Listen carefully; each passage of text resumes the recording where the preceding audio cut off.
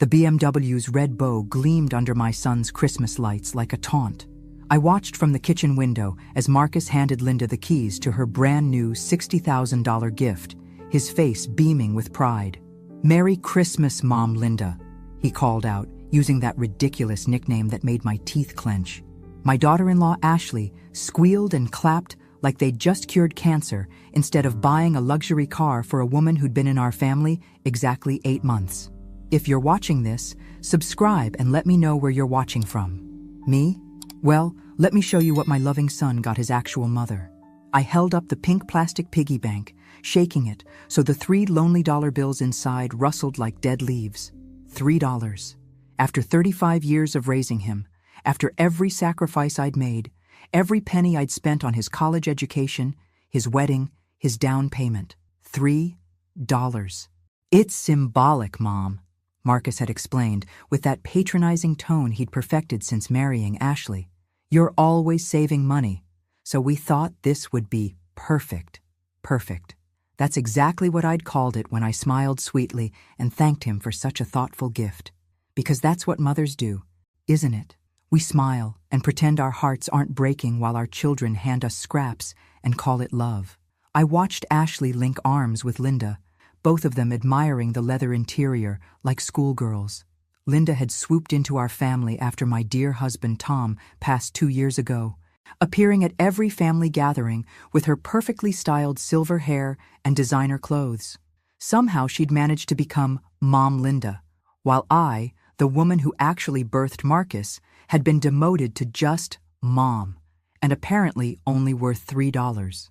The December wind rattled my kitchen window as I set the piggy bank on the counter next to the Christmas cards I'd never sent. Cards that would have cost more than my entire gift. The irony wasn't lost on me, though I doubt Marcus would appreciate it even if I explained it to him. I'd spent the morning cooking their Christmas dinner, of course, standing in my kitchen for 6 hours preparing honey-glazed ham, homemade rolls, green bean casserole from scratch, and that ridiculous trifle Ashley insisted on, even though no one but her actually liked it. My feet ached, my back screamed, and my hands were raw from washing dishes. But hey, at least I got $3 out of the deal. The front door opened and I heard Ashley's voice carrying through the house. "Dot, we're heading out to show Mom Linda her new car around town. Not, would you like to come, or want to join us?" Just an announcement that they were leaving, taking their precious Mom Linda on a victory lap while the woman who'd provided their Christmas feast stood alone in her kitchen holding a children's toy. I heard Marcus call out, "Thanks for dinner, Mom. We'll see you next week." Next week, when they needed something, no doubt. My jaw tightened as I listened to their car doors slam, one after another, followed by the distinctive purr of a $60,000 engine pulling out of my driveway. The house fell silent, except for the hum of the dishwasher and the ticking of the grandfather clock Tom had loved. I looked around my empty kitchen, at the mountain of dishes I'd volunteered to clean up, at the leftover food that would feed me for a week because God knows they wouldn't take any home. That's when I noticed Linda's purse sitting on my counter, forgotten in her excitement over her shiny new toy. A black leather Kate Spade bag that probably cost more than my monthly grocery budget. She'd left it right next to my $3 piggy bank, and somehow that felt like the universe delivering a message. I picked up the purse, feeling its expensive weight in my hands. Inside I could see her wallet, thick with credit cards and cash, her phone in a rhinestone case, and a prescription bottle. How careless of her to leave behind something so important. How very careless indeed. A slow smile spread across my face as I carried Linda's purse to my bedroom, where I could examine its contents properly. After all, I was just being helpful, making sure nothing was missing before I returned it. That's what good mothers do. Linda's wallet was a treasure trove of information, and I do mean treasure. As I carefully inventoried the contents on my bedroom dresser, I couldn't help but marvel at how much someone could learn about a person from their purse. Cash, nearly $400. Credit cards from every major bank, plus store cards for Nordstrom, Saks, and Tiffany. But it was the folded papers tucked behind her driver's license that made my eyebrows shoot up. Bank statements. 3 of them, printed just last week. Our dear Linda wasn't just well off, she was loaded. The kind of loaded that makes a $60,000 BMW look like pocket change. Her checking account balance alone had more zeros than I'd seen since Tom's life insurance payout. And here, I'd thought she was just another widow trying to find companionship in her golden years. If you're watching this, subscribe and let me know where you're watching from. Her phone buzzed constantly with text messages, and I couldn't help but notice the notifications lighting up the screen. Deposit confirmed, $15,000 from something called Sunset Investments. Meeting confirmed for Thursday. Bring the Williams file. Williams. That would be us. I sat in Tom's old recliner, the one Marcus had tried to convince me to throw away because it didn't match Ashley's decorating vision. Funny how everything that mattered to me didn't match their vision. The prescription bottle caught my attention next. Anxiety medication prescribed just 2 months ago, right around the time she'd started getting more involved in our family finances. You see, Linda had been so helpful lately, offering to drive me to doctor appointments, volunteering to review my insurance policies, asking detailed questions about Tom's pension. Just want to make sure you're taken care of, honey, she'd say with that sweet smile. But now I was wondering exactly who was being taken care of. The house phone rang, jarring me from my investigation. Mrs. Williams? This is Officer Patterson with the state police. I'm calling about a report we received regarding a missing person. A Linda Chen? My heart skipped, but my voice stayed steady. Linda Chen? I'm sorry, officer, but I'm not familiar with that name. Our records show she was last seen at your address earlier today. Her son filed the report when she didn't return home and wasn't answering her phone. Her son. Interesting that she'd never mentioned having children.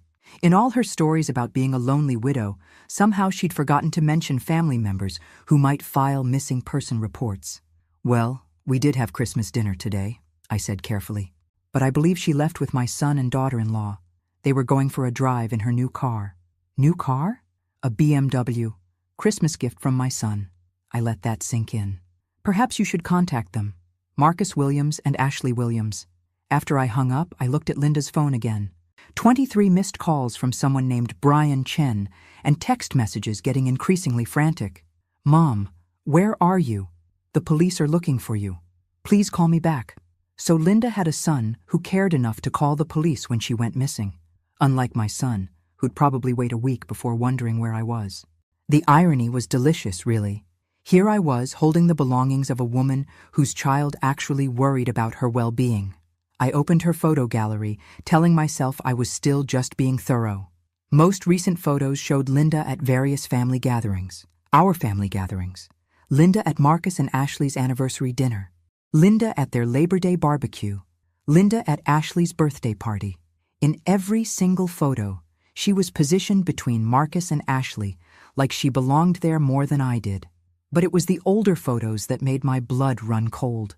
Pictures of documents. Screenshots of bank statements, photos of the inside of my house, my bedroom, my home office, areas where a guest had no business being. The timestamps showed she'd been documenting things for months, long before her relationship with our family had become so cozy. My hands were shaking now as I scrolled further back. There it was, a photo of Tom's death certificate, another of our marriage license, screenshots of property records showing the value of our house, and a photo that made my stomach drop, my social security card, which I kept in my jewelry box upstairs. Linda Chen wasn't just a lonely widow looking for family. She was conducting surveillance. The question was why, and more importantly, what was she planning to do with all this information? The grandfather clock chimed 7 times, and I realized they'd been gone for over 2 hours. A tour of the neighborhood shouldn't take that long, even with stops to show off a new car. My phone sat silent on the nightstand, no calls or texts from Marcus letting me know where they were or when they might return Linda's purse. I carefully repacked everything exactly as I'd found it, but not before taking photos of her bank statements and the more interesting documents with my own phone. If Linda was playing games, then she'd just taught me the rules. The BMW's engine announced their return, and I heard Ashley's laughter floating through the winter air. I positioned myself in the kitchen, Linda's purse in hand, ready to play the concerned mother who'd discovered their oversight. But as I watched Linda through the window, studying her face as she walked toward my door, I noticed something I'd missed before. The way she moved, the way she surveyed my property, the calculating look in her eyes as she approached. This wasn't a woman who'd carelessly forgotten her purse. This was a woman who'd left it behind on purpose. "Oh my goodness, Dot. Thank you so much for keeping my purse safe," Linda gushed as I handed it over, her performance Oscar-worthy. "I can't believe I forgot it. I must be getting old." She laughed that tinkling laugh that had charmed Marcus from day one, but now it sounded like nails on a chalkboard. "No problem at all," I replied, watching her carefully check the contents. Her fingers moved quickly through the wallet, and I caught the almost imperceptible relief that flashed across her face when she confirmed everything was still there. "I hope you enjoyed showing off your beautiful gift." "Oh, we did. Marcus is such a thoughtful boy. You raised him well." The way she emphasized boy when talking about my 35-year-old son made my skin crawl. "Ashley and I stopped by my house so I could show the car to my neighbors. They're all so jealous. If you're watching this, subscribe and let me know where you're watching from." Marcus appeared behind her, already reaching for his coat. "Well, Mom, we should get going. Work tomorrow, you know how it is." 3 hours ago, he'd been beaming about his generous gift to Linda. Now he was treating our family Christmas like an obligation to check off his list. "Actually, Marcus, before you go," I said, my voice sweet as pie, "I got a call from the state police. Something about Linda being reported missing." The color drained from Linda's face. "Missing? But that's ridiculous. I'm obviously not missing." "That's what I told Officer Patterson. Apparently your son filed a report." I watched Linda's composure crack for just a moment. "He must be worried sick about you." "My son?"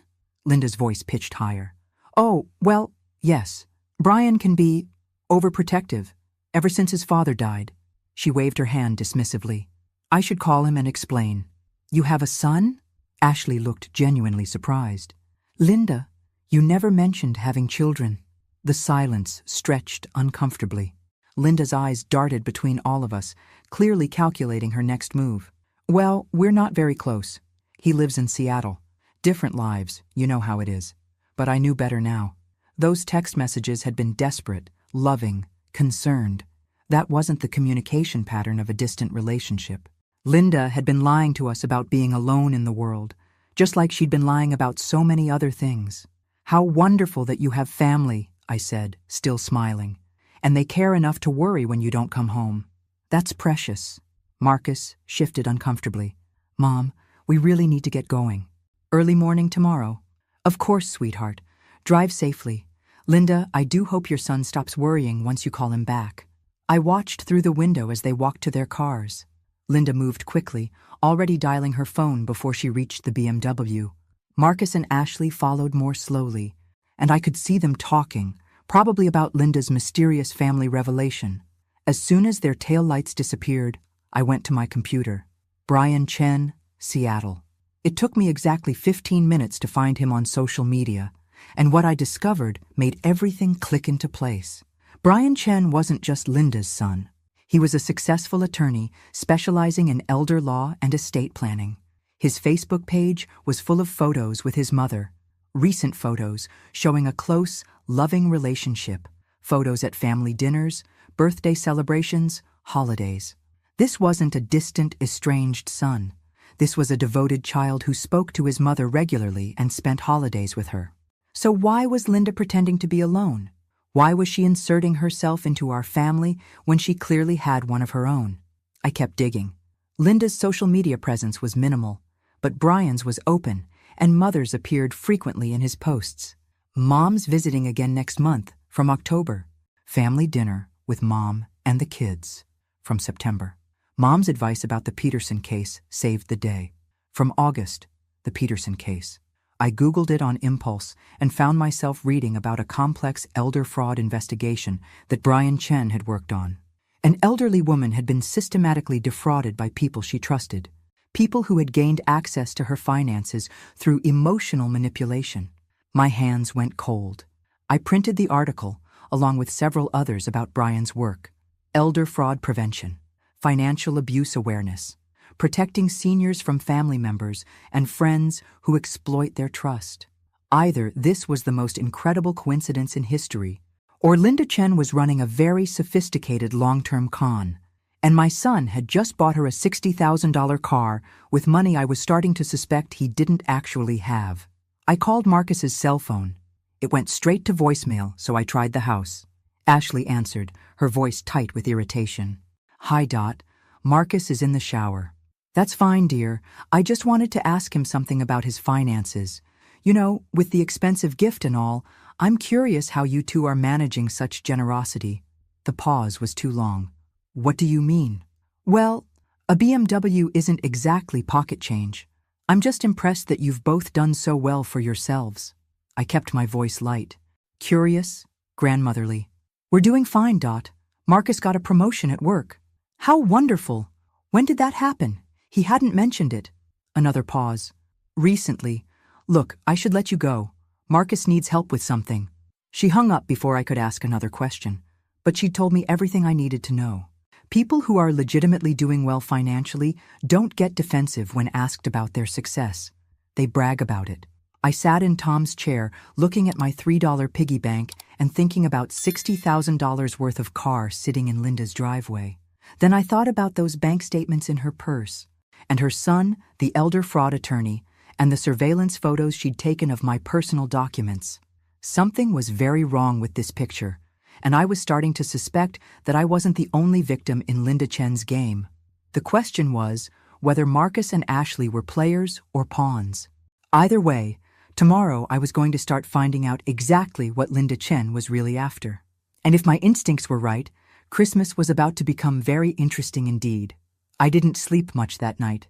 Instead, I sat at my kitchen table with a pot of coffee and every piece of information I could find about Linda Chen. Brian Chen, and something that was becoming clear, wasn't adding up. By sunrise, I had a plan that would have made Tom proud. My first call was to Brian Chen's law office in Seattle. I used my sweetest grandmother voice when his secretary answered. "Hello, dear. This is Dorothy Williams from Virginia. I'm calling about Brian's mother, Linda. There was a little incident yesterday, and I want to make sure she's all right." "Oh, you must be the family friend she's been visiting. Mr. Chen was so worried yesterday when his mother didn't answer her phone. Is she okay? If you're watching this, subscribe and let me know where you're watching from." Family friend. Interesting choice of words. "Yes, she's fine now. But I'm curious. How long has Linda been staying in Virginia? Brian must miss her terribly." "Oh, it's been several months now. Since September, I think. He calls her every day. Such a devoted son. He was planning to visit for Christmas. But Linda insisted she wanted to spend the holidays with her new friends there." September. Linda had been in Virginia since September, which meant she'd been planning whatever this was for 4 months. And she'd deliberately kept her son away for Christmas so he wouldn't interfere with her operation. Well, she's certainly become part of our family here. My son even bought her a car yesterday. The silence on the other end was deafening. "I'm sorry, did you say your son bought her a car?" "A beautiful BMW. $60,000. He's so generous." "Mrs. Williams, I think there might be some confusion. Linda has her own car and her own money. She wouldn't need anyone to buy her anything. She's quite well off financially." I let that sit for a moment. Oh my. Well, perhaps I misunderstood. You know how it is with us older folks. After I hung up, I poured another cup of coffee and stared out at my winter garden. Linda Chen was wealthy, had a devoted son, and owned her own car. So why was she letting my son spend $60,000 on another one?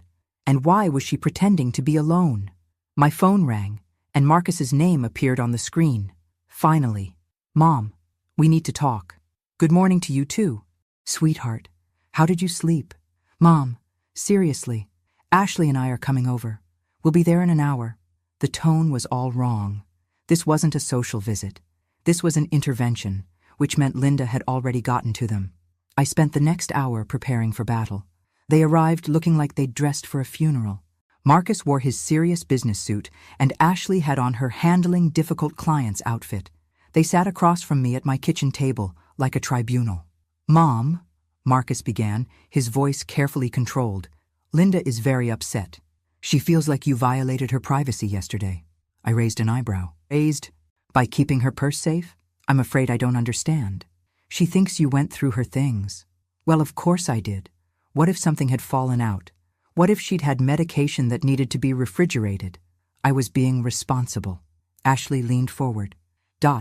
Linda feels uncomfortable about some of the questions you asked last night. About her son, about her finances. I was making conversation. I thought it was wonderful that she has family who care about her. Marcus's jaw tightened. The thing is, Mom, Linda's been through a lot. Her relationship with her son is complicated, and she doesn't like to talk about it. Complicated. That wasn't how Brian's secretary had described their daily phone calls and family dinners. I see. And the police call? Was that complicated too? They exchanged looks. Ashley spoke carefully.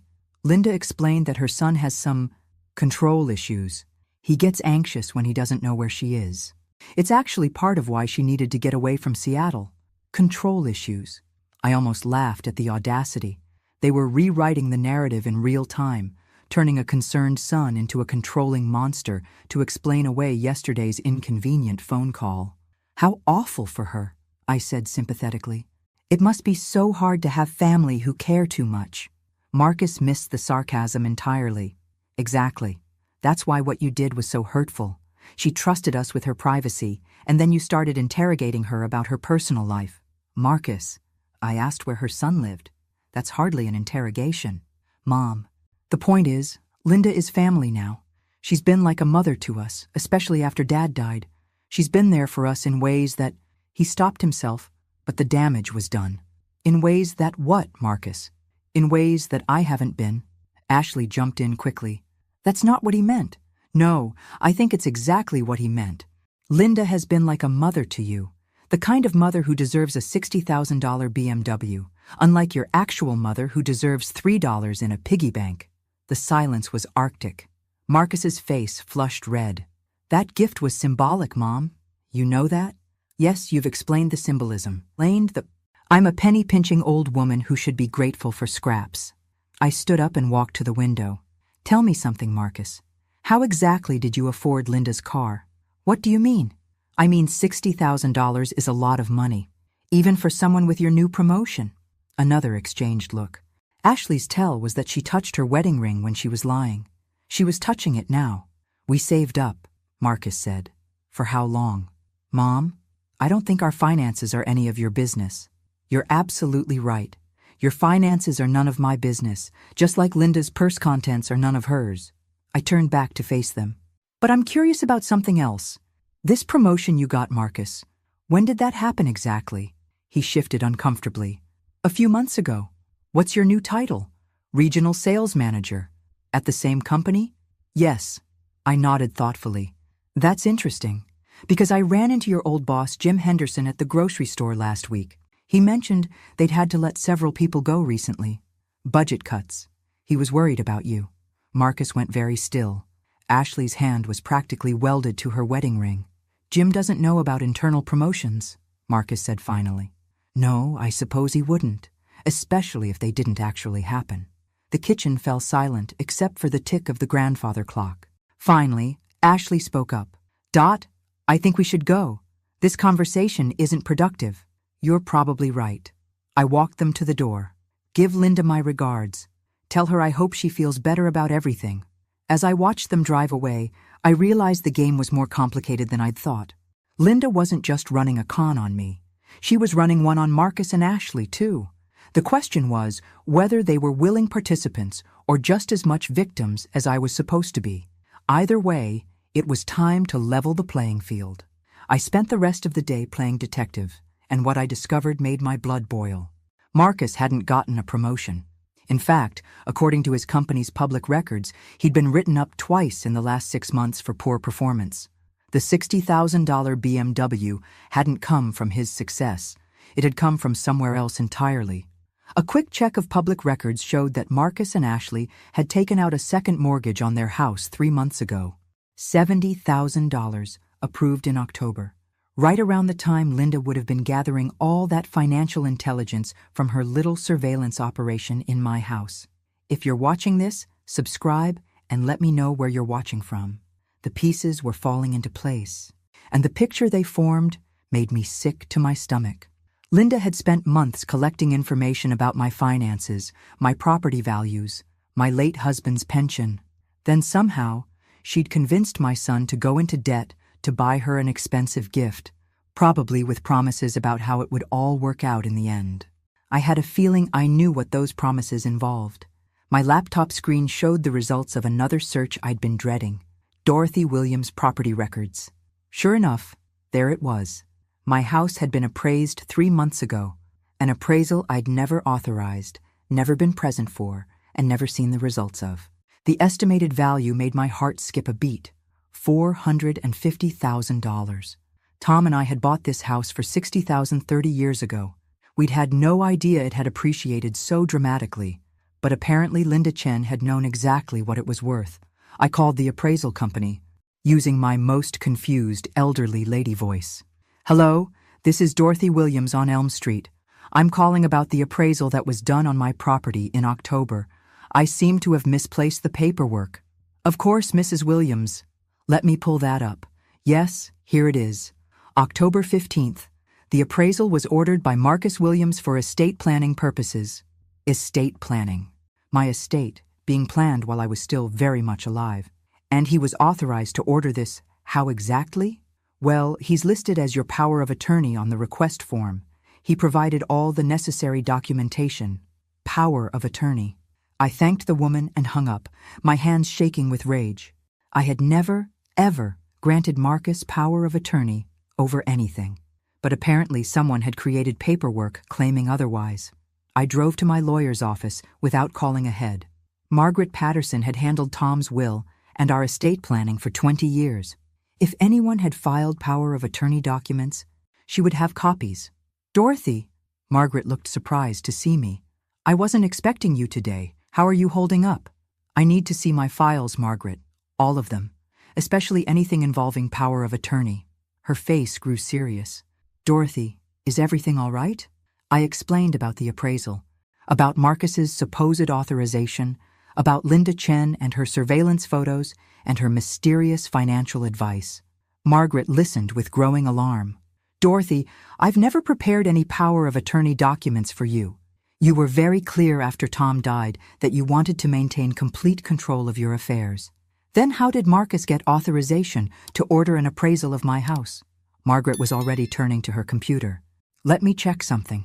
Her fingers flew over the keyboard, then stopped. Her face went white. "What is it?" "Someone filed a power of attorney document with the county clerk 3 weeks ago.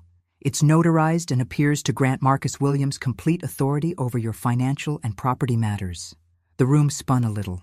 "That's impossible. I never signed anything like that. Dorothy, I need you to look at something." She turned her monitor toward me. There on the screen was a legal document bearing my name and signature.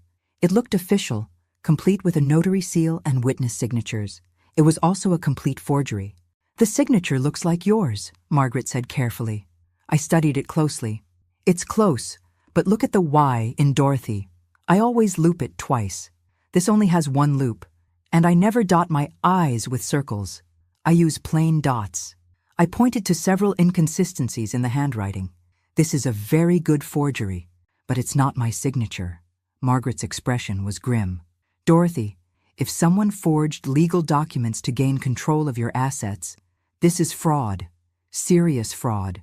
We need to call the police." "Not yet," I said quickly. "I need to understand the full scope of what they're planning first. If I report this now, they'll just destroy evidence and claim it was all a misunderstanding. Dorothy, this is dangerous. If they have fake power of attorney documents, they could sell your house, drain your accounts, anything."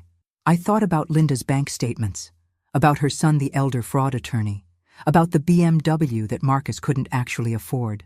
I think they're planning exactly that, but I want to catch them in the act. Margaret looked horrified. "I can't advise you to wait on this." "You're not advising me. I'm telling you what I'm going to do." I stood up, feeling more determined than I had in years. "But I need you to do something for me." "I want to change my will." "Change it how?" I smiled, and it wasn't a nice smile. "I want to leave everything to charity, effective immediately. Make it ironclad, Margaret. No loopholes, no contests, no way for Marcus or anyone else to inherit so much as a penny." "Dorothy, are you sure? You're angry right now, and decisions made in anger." "I'm not angry, Margaret. I'm clear-headed for the first time in months.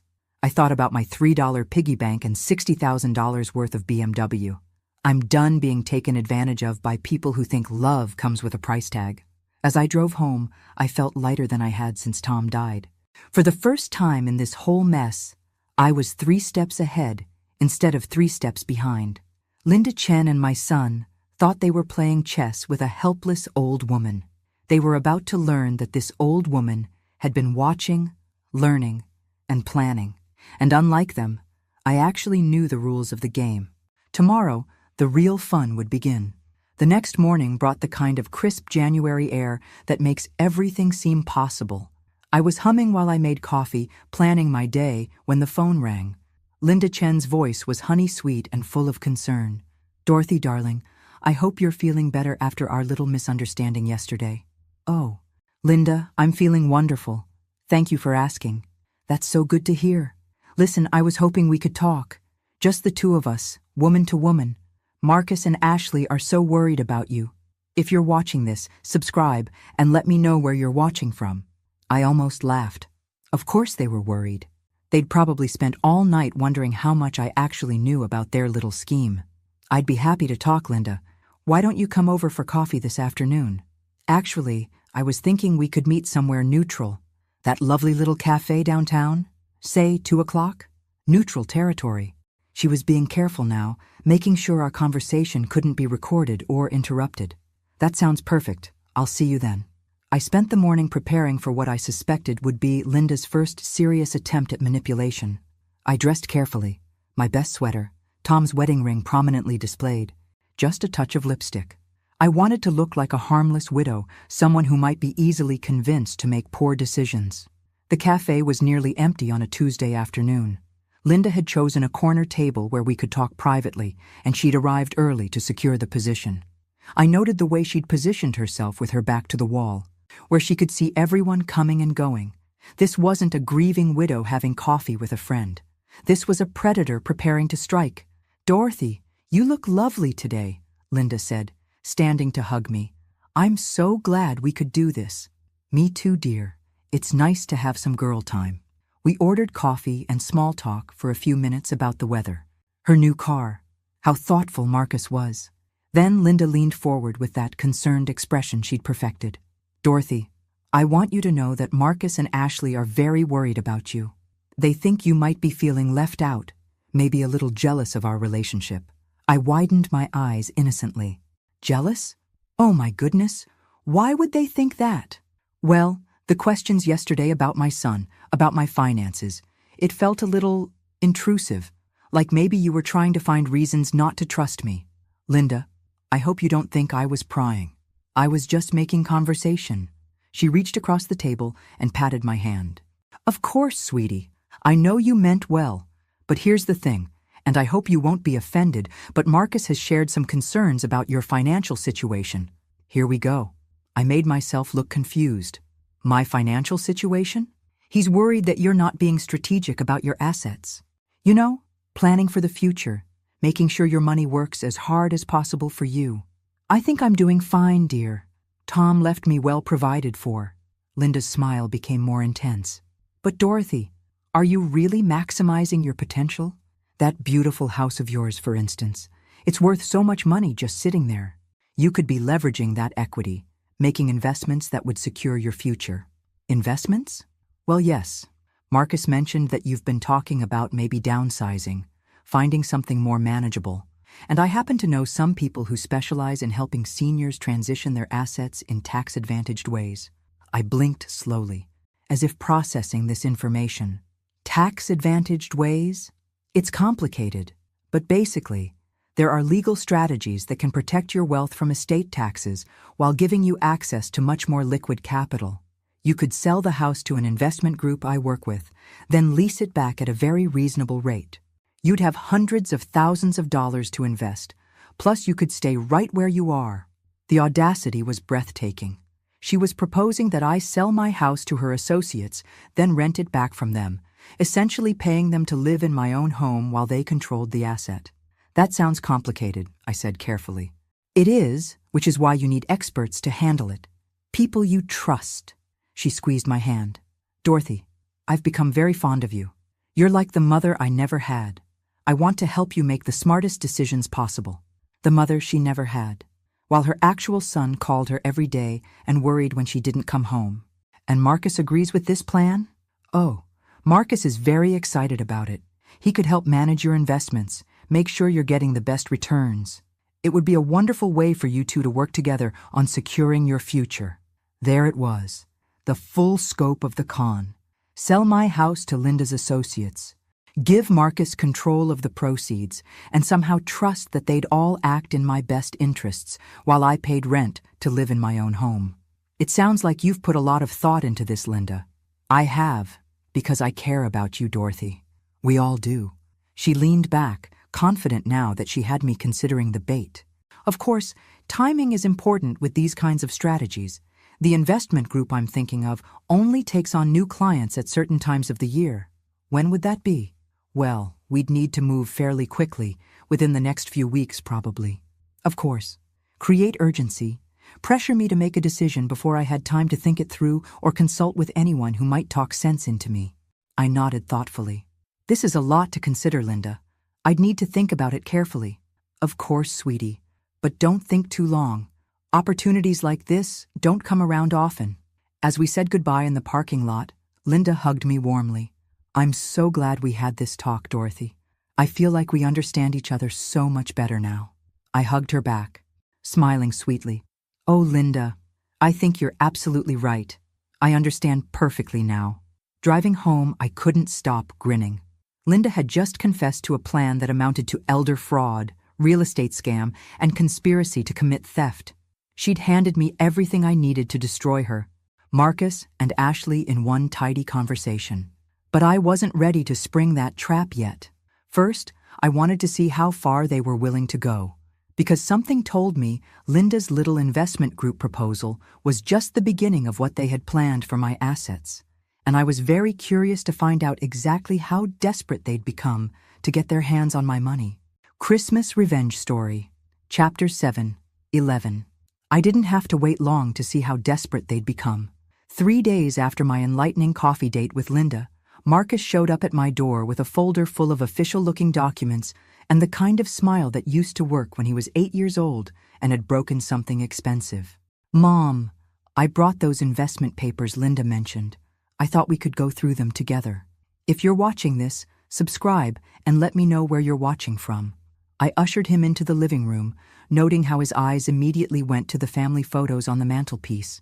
Photos of him graduating college, getting married, holding his children for the first time, all funded by parents who'd sacrificed to give him the best life possible. The irony clearly wasn't lost on him, because his jaw tightened before he looked away. These are quite comprehensive, I said, flipping through page after page of legal gibberish designed to confuse and intimidate. Reverse mortgage applications, investment portfolio transfers, property liquidation agreements. My goodness, Marcus, you've been busy. Linda's friends are very thorough. They want to make sure everything is done properly. Legally. I raised an eyebrow at that last word. Legally. Yes, that's important, isn't it? I set the papers aside and looked directly at my son. Marcus, I need to ask you something, and I want you to tell me the truth. Are you in some kind of financial trouble? His rehearsed composure cracked slightly. What makes you ask that? Well, let's see. You buy a $60,000 car you can't afford for a woman you've known 8 months. You take out a second mortgage on your house. You claim to have gotten a promotion that your company has no record of. And now you're pressuring me to liquidate my assets for mysterious investment opportunities. I smiled sweetly. Call it mother's intuition. Marcus ran his hands through his hair, suddenly looking older than his 35 years. Mom, it's complicated. I'm sure it is. Help me understand. For a moment, I thought he might actually tell me the truth. His shoulders sagged, and he stared at his hands like a little boy caught stealing cookies. Then his phone buzzed, and I saw Linda's name on the screen. Whatever spell of honesty had been building broke immediately. Look, Mom, the bottom line is this. You're sitting on a gold mine here. This house, Dad's pension, your savings. But it's not working for you. It's just sitting there while inflation eats away at its value. And Linda's investment group can fix that? They specialize in helping seniors maximize their assets. You could be making 10 times what you're earning now in interest alone. I nodded thoughtfully. 10 times. That's quite a return. What's their track record with other clients? Marcus's eyes shifted away from mine. They're very exclusive. They don't advertise their client list for privacy reasons. Of course not.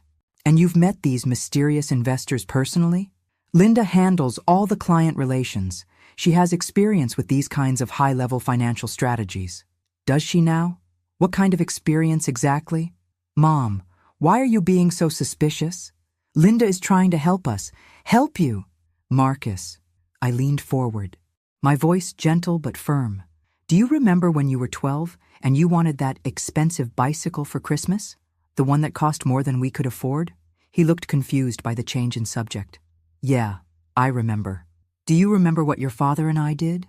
You worked extra shifts. Dad picked up weekend construction jobs. You both sacrificed to get me that bike. That's right. We sacrificed for you because that's what parents do. We put your happiness above our comfort. I paused, letting that sink in. Now I want you to think very carefully about what you're asking me to do here. His face flushed red. That's different. This is about your financial security. No, Marcus. This is about $60,000 you spent on a BMW, and however much more debt you're carrying that I don't know about yet.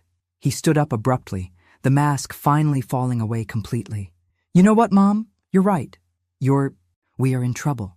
Ashley lost her job 6 months ago. We're behind on the mortgage, behind on everything. And yes, I bought Linda that car because she promised to help us figure out a way to fix this mess. Finally, some honesty. And what exactly did she promise you? She said if we showed her how much we valued her advice, she could help us restructure our finances. She knows people, Mom, important people with money. People like her mysterious investment group? Yes, and all we need is some startup capital to get into their program. Capital that you're just letting sit here doing nothing. There it was. The full truth, laid bare in all its pathetic desperation.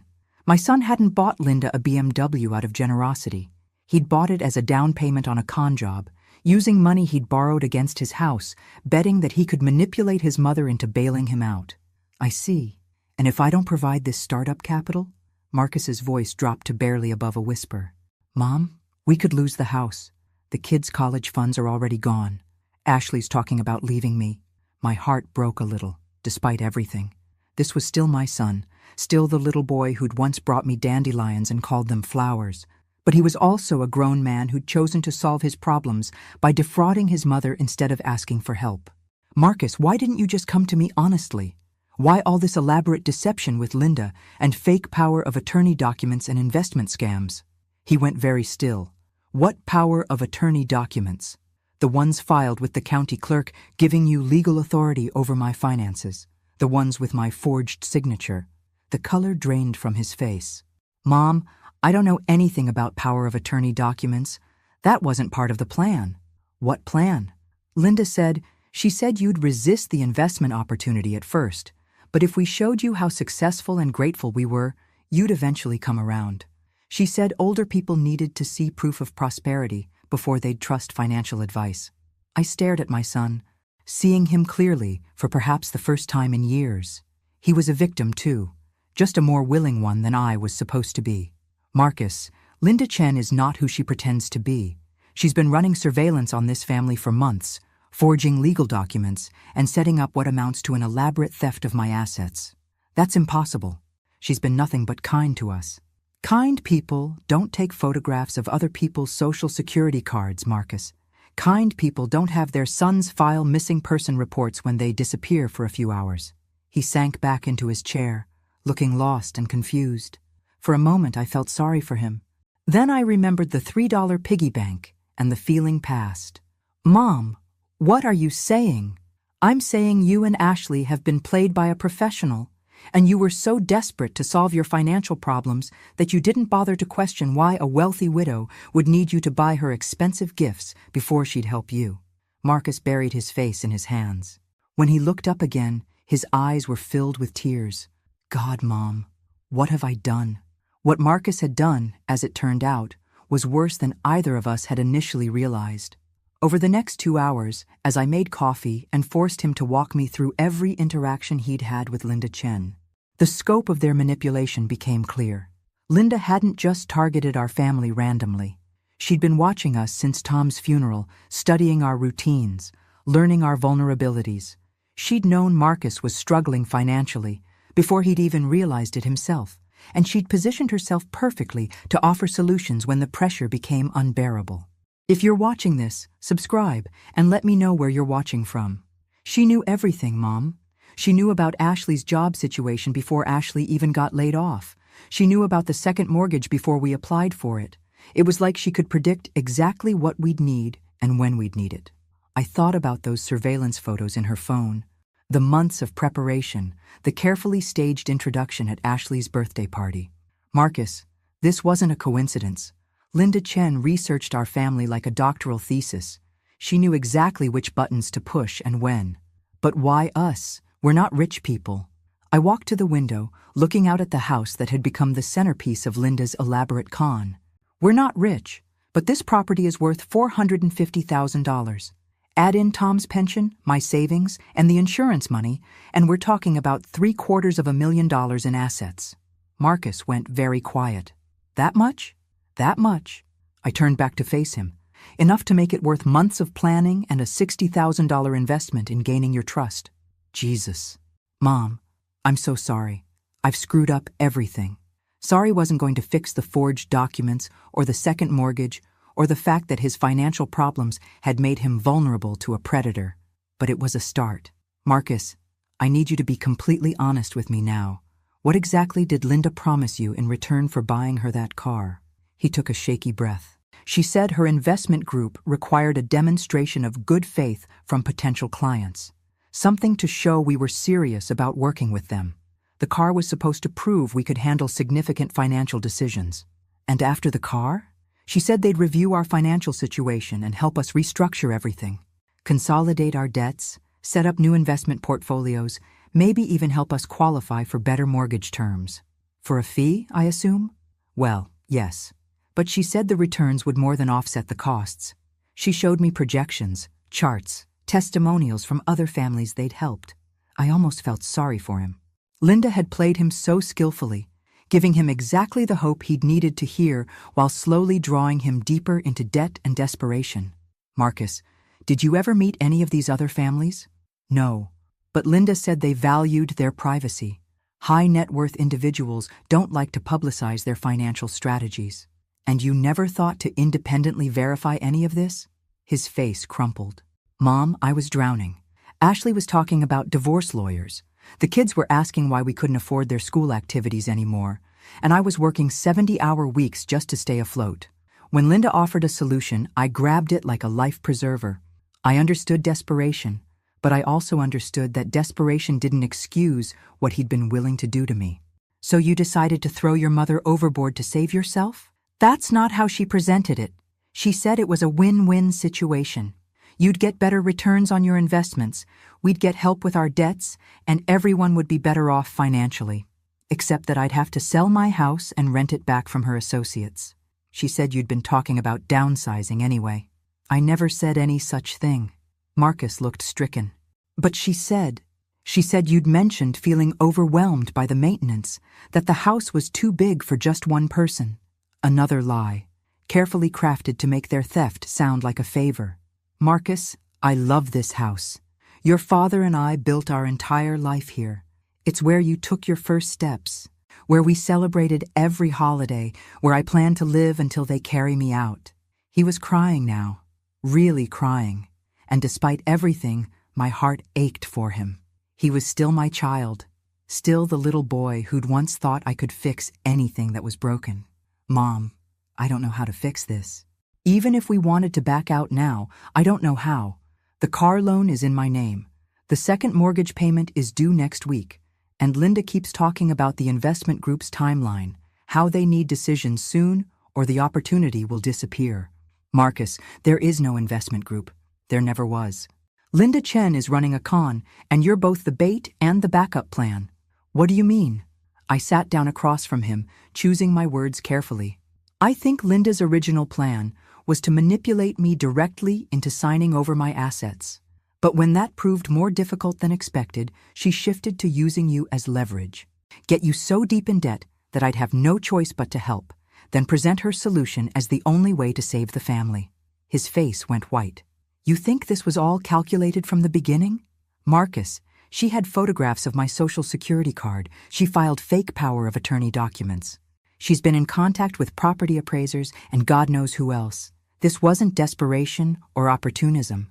This was a professional operation. We sat in silence for a long moment, both of us processing the magnitude of what Linda had orchestrated. Finally, Marcus looked up at me with red-rimmed eyes. Mom, what do we do now? For the first time since this whole mess had started, I smiled genuinely at my son. Now, sweetheart, we turn the tables. Linda Chen thinks she's been playing chess with amateurs. She's about to discover that this particular amateur has been learning the game while she wasn't paying attention. What do you mean? I reached into my purse and pulled out my phone, scrolling to the voice recording app I'd started when Marcus first arrived. I've been documenting every conversation, every confession, every admission of guilt. Linda may be good at running cons, but she made one critical mistake. What's that? She underestimated the woman whose life she was trying to steal. I stood up, feeling more energized than I had in months. Now let's call Ashley and get her over here. It's time for this family to have a completely honest conversation about exactly what we're going to do to Linda Chen. Marcus looked up at me with something approaching hope. You're going to help us? I thought about the $3 piggy bank sitting on my kitchen counter, about the forged documents and the surveillance photos and the elaborate manipulation that had nearly destroyed my family. Oh, sweetheart, I'm going to do so much more than help you. I'm going to teach Linda Chen why you should never try to con a woman who's lived through 70 years of people underestimating her. Ashley arrived within the hour, looking like she'd been crying for days. When she saw Marcus's tear-stained face and the pile of investment documents scattered across my coffee table, she sank into Tom's old recliner with a defeated sigh. She knows, doesn't she? Ashley asked quietly. About all of it. I know about the forged documents, the fake investment group, and the fact that you're both in over your heads with a professional con artist, I replied, pouring her a cup of coffee. What I don't know is how much of this you were aware of versus how much Linda fed you in carefully crafted lies. If you're watching this, subscribe and let me know where you're watching from. Ashley wrapped her hands around the mug like it was an anchor. I knew we couldn't afford the BMW. I knew the promotion story was a lie. But Linda was so convincing about the investment opportunity, and I was so scared about losing the house. She trailed off, staring into her coffee. Ashley, I'm not here to judge you. I'm here to figure out how we clean up this mess before Linda destroys all of us. Can it be cleaned up? Ashley looked up at me with desperate hope. Or are we completely screwed? Well, that depends on how far you're willing to go to make this right. Marcus leaned forward. Mom, we'll do anything. I mean it. Whatever it takes. I walked to my desk and pulled out a folder I'd been preparing for the last 3 days. Good, because what I'm about to propose is going to require both of you to be better actors than you've ever been in your lives. I spread my plan across the coffee table, printed emails, fake financial documents, and a timeline that would make Linda Chen very sorry she'd ever heard the name Dorothy Williams. Here's what's going to happen. Tomorrow, Marcus, you're going to call Linda and tell her I've agreed to the investment proposal. You're going to say I was initially resistant. But after seeing how happy she'd made you both, I've decided to trust her judgment. Ashley frowned. But won't she be suspicious if you suddenly change your mind? Not if Marcus sells it right. Linda expects elderly people to be confused and changeable. She'll chalk it up to typical senior behavior and congratulate herself on her patience paying off. I pulled out the next set of documents. Then, Ashley, you're going to arrange a meeting with Linda and her mysterious investment group. Tell her I want to meet them face to face before signing anything, that I'm old-fashioned that way. But they don't exist, Marcus pointed out. Exactly, which means Linda is going to have to scramble to produce them, or she's going to have to admit there is no investment group and reveal her real plan. Ashley was studying the fake documents I'd prepared. Dorothy, these look incredibly official. How did you... I may be old, but I'm not technologically illiterate. Amazing what you can accomplish with a good printer and too much time on your hands. I smiled. Linda isn't the only one who can forge convincing paperwork. Marcus picked up one of the fake bank statements showing dramatically inflated account balances. Mom, what is all this supposed to accomplish? It's bait, sweetheart. Linda thinks I'm worth $750,000. These documents suggest I'm actually worth closer to $2 million. When she sees these, her greed is going to override her caution. And then what? I pulled out my phone and showed them the recording app. Then we document everything. Every conversation, every promise, every illegal proposal. By the time we're done, we'll have enough evidence to send Linda Chen to prison for elder fraud, forgery, and conspiracy to commit theft. Ashley looked skeptical. But won't she be suspicious if we're suddenly so cooperative?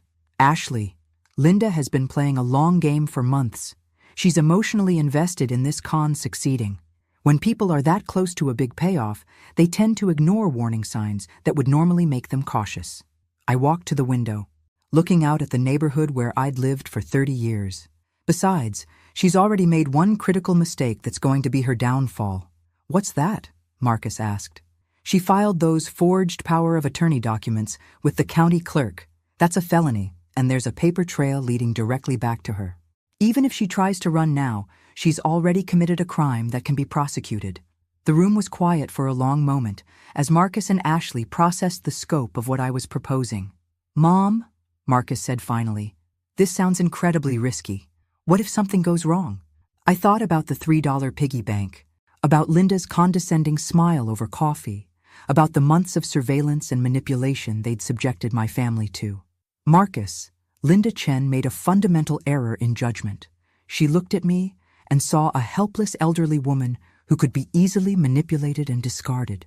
She never considered that I might be smart enough to figure out her game, or stubborn enough to fight back. Ashley was reading through the fake documents more carefully. Dorothy, some of these investment terms are incredibly sophisticated. How did you know what to include? I called Brian Chen's law office and told his secretary I was thinking about hiring him to review some investment proposals for potential fraud indicators. She was very helpful in explaining what red flags to look for.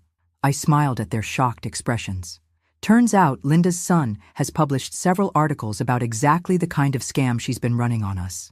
You called her son's office? Marcus looked horrified. I called seeking legal advice. Perfectly legitimate, and I learned that Brian Chen specializes in prosecuting exactly this type of elder fraud. When this all comes out, Linda's going to have to explain to her attorney's son why she's been running the same scams he built his career fighting against. Ashley set down her coffee cup, a new determination in her eyes. What do you need us to do? I need you both to sell this like your lives depend on it, because in a very real sense, they do. If we can't prove Linda manipulated you into participating in fraud, you could both end up facing criminal charges as her accomplices. That sobered them quickly. Marcus straightened up, suddenly looking more focused than I'd seen him in months. Mom, you really think we can pull this off? Sweetheart, I spent 40 years as a nurse dealing with emergencies, managing crises, and thinking fast under pressure. Linda Chen picked the wrong woman to mess with. I gathered up my fake documents and smiled at both of them. Now, let's go over exactly what you're going to say to Linda tomorrow, because by the time we're finished with her, she's going to wish she'd never heard the name Williams. The meeting was set for Friday afternoon at Linda's house, and she was practically vibrating with excitement when she opened the door. She'd dressed for success in an expensive silk blouse and her best jewelry, clearly expecting to close the biggest deal of her career. Dorothy, Marcus, Ashley, come in, come in. She ushered us into her living room, which had been transformed into a makeshift conference room with presentation materials spread across every surface. I'm so excited you've decided to move forward with this opportunity. If you're watching this, subscribe and let me know where you're watching from. The room was a shrine to luxury. Expensive art, designer furniture, fresh flowers that probably cost more than most people's weekly grocery budget. All of it paid for, I suspected, by previous victims who'd been unfortunate enough to trust Linda Chen with their financial futures. Linda, before we begin, I'd like to meet with your investment team, I said, settling into an uncomfortable modern chair that was all style and no substance. I'm old-fashioned about these things. I prefer to look people in the eye before I trust them with my life savings. Linda's smile flickered for just a moment. Of course, Dorothy. Unfortunately, they were called away on an emergency with another client. But I have all their credentials here, and I can answer any questions you might have. An emergency? I raised an eyebrow. What kind of emergency requires an entire investment team? Well, you know how it is with high-stakes financial matters. Sometimes situations require immediate attention. Linda shuffled through her papers nervously. But I assure you, they've reviewed your case thoroughly, and they're very excited about the potential returns. Ashley leaned forward, playing her part perfectly. Linda, Dorothy has been asking some very detailed questions about the investment structure. She wants to understand exactly how her money will be managed. Of course, that's very wise. Linda spread out a series of charts and graphs that looked impressive but were essentially meaningless.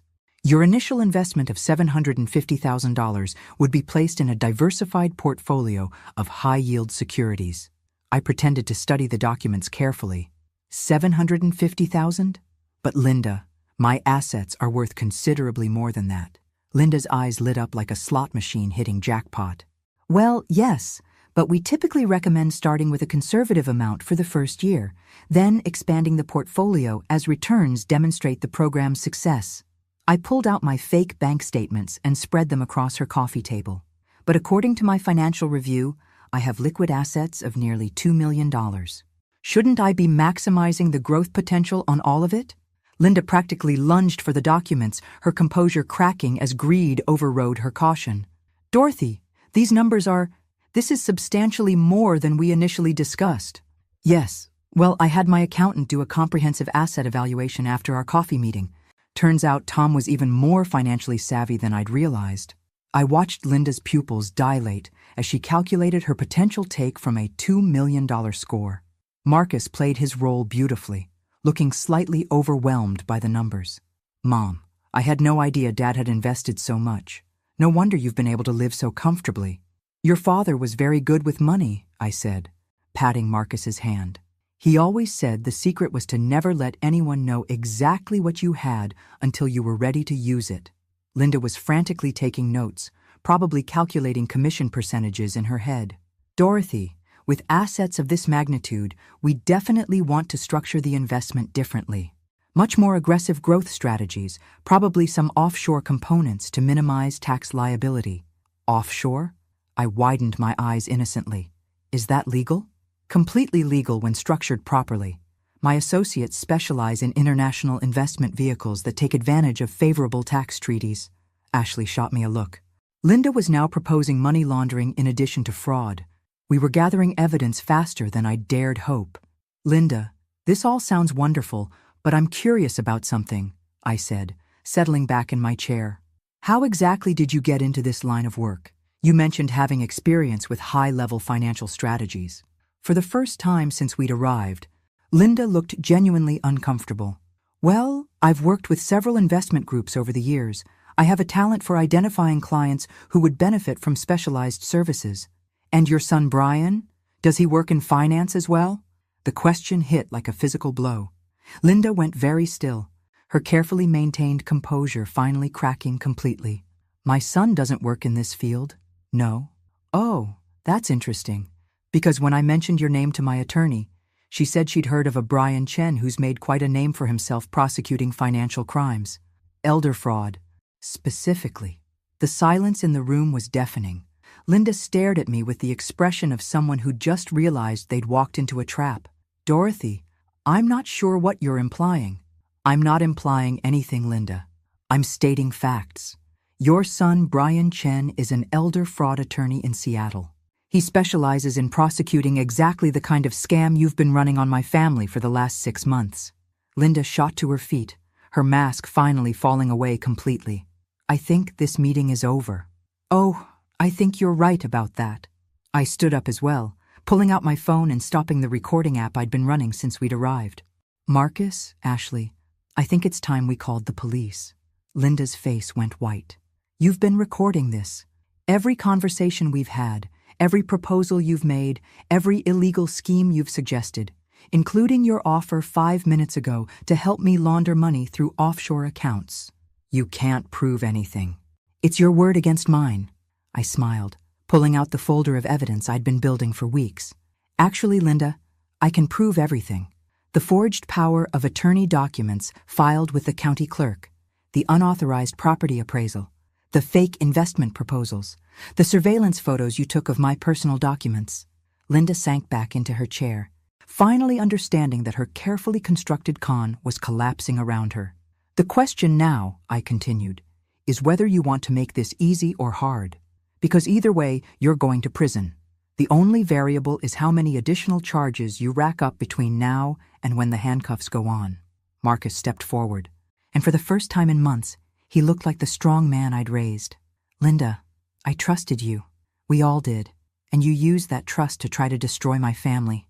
Marcus, you don't understand. I was trying to help you. Help us? Ashley laughed bitterly. You manipulated us into going into debt to buy you a car, then tried to trick Dorothy into signing over her life savings to criminals. How exactly was that helping us? Linda looked around the room desperately, clearly searching for any angle that might salvage the situation. Dorothy, we can work this out. I can make sure you get your money back, all of it. What money? Linda? The money from your non-existent investment group? Or are you talking about returning the $60,000 Marcus borrowed against his house to buy you a BMW? Her shoulders sagged in defeat. What do you want? I walked to her window, looking out at the expensive neighborhood she'd been living in while running cons on elderly victims. I want you to call your son Brian and explain to him exactly what his mother has been doing for a living. I want you to return every penny you've stolen from Marcus and Ashley. And I want you to provide the district attorney with information about every other victim you've scammed over the years. And if I do all that, then maybe I'll recommend that the prosecutor go easy on you when you're sentenced. Linda stared at me for a long moment, finally seeing me clearly for the first time since we'd met. You're not the helpless old woman I thought you were. I smiled, thinking about the $3 piggy bank that had started this whole mess. No, Linda, I'm really not. 6 months later, I was sitting on my front porch with a glass of lemonade and the morning newspaper when Marcus and Ashley pulled into my driveway. They'd been coming by every Sunday since Linda's sentencing, partly out of guilt, and partly, I suspected, because they'd finally realized what they'd almost lost. Linda Chen had pled guilty to elder fraud, forgery, conspiracy to commit theft, and money laundering. She was currently serving a 3-year sentence in federal prison, and her son Brian had testified at her sentencing hearing about the devastating impact her crimes had on families like ours. It had been one of the most heartbreaking things I'd ever witnessed, a son having to publicly condemn his mother's choices while still somehow trying to show love for the woman who'd raised him. If you're watching this, subscribe and let me know where you're watching from. Marcus got out of the car first, followed by Ashley and the grandchildren I hadn't seen much of during Linda's manipulation campaign. 8-year-old Emma ran straight to me for a hug, while 12-year-old Jake hung back with that awkward preteen uncertainty. Hi, Grandma Dot. Emma squeezed me tight. Daddy says we're going to have a real Christmas this year, not like the weird one we had before. Emma! Ashley scolded gently, but I just laughed. She's not wrong. Last Christmas was pretty weird, wasn't it? Marcus climbed the porch steps slowly, carrying a small wrapped box. Mom, we brought you something. An early Christmas present, you could say. I accepted the box suspiciously. The last gift from Marcus hadn't exactly been a highlight of our relationship, but when I opened it, I found something that made my heart skip a beat. It was a small framed photograph of Tom and me from our wedding day, but it wasn't one I'd seen before. We looked impossibly young and happy, standing in front of the church where we'd promised to love each other for better or worse. Where did you find this? I found it in Dad's workshop when we were cleaning out some old boxes. I think he was planning to have it restored as a surprise for you before he got sick. I traced my finger along Tom's face in the photo, remembering that day when everything seemed possible and the future stretched out before us like an endless summer. Marcus, this is beautiful. Thank you. Mom, there's something else. He sat down on the porch step next to my chair. I've been going to counseling. Ashley and I both have. We're trying to figure out how we let ourselves get so lost that we almost threw away the most important relationships in our lives. Ashley nodded, settling into the other porch chair. The therapist says that financial stress can make people do things they'd never normally consider. But that's not an excuse for what we did to you. No, it's not, I agreed. But it's an explanation, and that's a start. Emma was playing in the front yard while Jake sat on the porch railing, pretending not to listen to the adult conversation, but obviously absorbing every word. Mom, Marcus continued, I need you to know that we've paid back every penny of the second mortgage. It took all of our savings and we'll be eating macaroni and cheese for the next year, but we're debt-free. And the BMW? Sold it and returned the money to the bank. Linda's restitution covered the gap between what we owed and what we got for it. I nodded approvingly. Good. How are you managing without Ashley's income? I'm working 2 jobs now, Ashley said. It's not ideal, but we're making it work. And Marcus got that promotion for real this time. Actually, Marcus added, I got promoted because I started working harder instead of looking for get-rich-quick schemes to solve our problems. We sat in comfortable silence for a while, watching Emma chase butterflies in the front yard. The morning was warm and peaceful, with the kind of gentle breeze that makes you grateful to be alive. Grandma, Jake said suddenly, Dad told us about the lady who tried to steal your house. He did he? Yeah. He said she was really smart and almost fooled all of you. I looked at Marcus, who shrugged sheepishly. I thought they should know the truth. Age-appropriate version, obviously. And what did you learn from Daddy's story? I asked Jake. The 12-year-old thought carefully before answering. That grown-ups can make really stupid mistakes when they're scared, and that you should never try to trick Grandma Dot because she's way smarter than she looks. I burst out laughing. Jake, that might be the wisest thing anyone said all year. Marcus grinned. He gets that from his grandmother. As the afternoon wore on, we fell into the kind of easy family rhythm that I'd missed during those dark months of Linda's manipulation. Emma showed me her latest art project. Jake told me about his baseball team. And Marcus and Ashley actually seemed to relax for the first time since I'd known them. When they were getting ready to leave, Ashley hugged me tightly.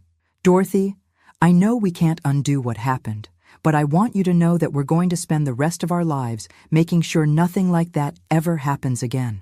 I know you will, sweetheart. Marcus was the last to say goodbye. Mom, there's one more thing. I know this doesn't make up for anything, but I wanted you to have this. He handed me an envelope, and inside I found a handwritten letter that started with Dear Mom and went on for 3 pages. It was an apology, but more than that, it was an acknowledgement of everything I'd done for him over the years and a promise to be the son I'd raised him to be.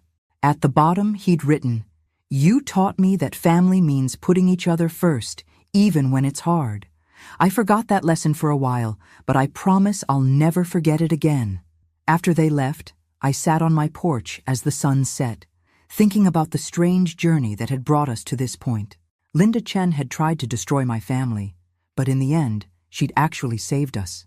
Her manipulation had forced us to confront truths we'd been avoiding and find strength we didn't know we had. I thought about the $3 piggy bank, which now sat on my mantelpiece as a reminder of how far we'd all come. Next to it was a photo of Linda being led away in handcuffs, not because I wanted to gloat, but because I never wanted to forget how close I'd come to losing everything that mattered. My phone buzzed with a text message from Brian Chen. Over the past few months, he'd become an unexpected friend, bonding with me over the shared experience of loving someone who'd made terrible choices. How was the family visit? His message read. I typed back, Perfect. How are you holding up? Good days and bad days, but more good ones lately. Thank you for not giving up on her completely. The letters you sent her in prison mean more than you know. I smiled, looking up at the stars that were just starting to appear in the darkening sky. Even in the midst of betrayal and heartbreak, there were still opportunities for grace and forgiveness. Linda Chen had tried to steal my money, my home, and my family, but she'd never managed to steal my capacity for hope. As I stood up to go inside, I noticed a car slowing down in front of my house. For a moment, my heart rate spiked, old fears kicking in. But it was just a neighbor, waving hello as they drove past. I waved back, laughing at myself for the momentary panic. Linda Chen was in prison. Her con had been exposed. And my family was whole again. There were no more shadows to fear, no more schemes to uncover. just a 70-year-old woman who'd learned that sometimes the best gift you can give someone is the chance to face the consequences of their choices, grow from their mistakes, and find their way back to what really matters. I looked back at my house, with its lights glowing warmly in the windows, and smiled. Tom would have been proud of how I'd handled everything, not just the investigation and the evidence gathering, but the forgiveness that came after. Because in the end, that's what family really means. Not just putting each other first when it's easy, but finding your way back to love even when it's hard. And that, I thought as I headed inside, was worth far more than any BMW or investment scheme or $3 piggy bank could ever be. Thanks for listening. Don't forget to subscribe and feel free to share your story in the comments. Your voice matters.